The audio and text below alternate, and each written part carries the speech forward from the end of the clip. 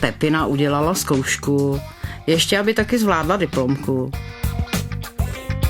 Teď si vybírá vhodné téma, o kterém by měla alespoň ponětí, což je u Pepiny trochu problém.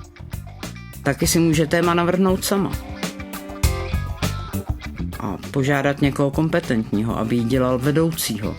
Když má vybráno a schváleno, může se pustit do práce, najít si správnou literaturu a nastudovat problém.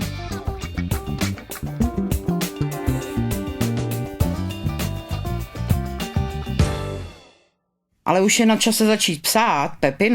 Pepino, už je čas. Konečně píše.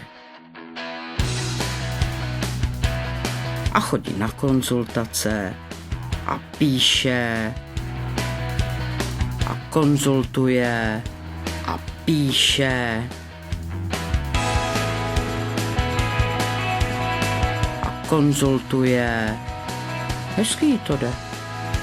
Práce krásně přibývá a je to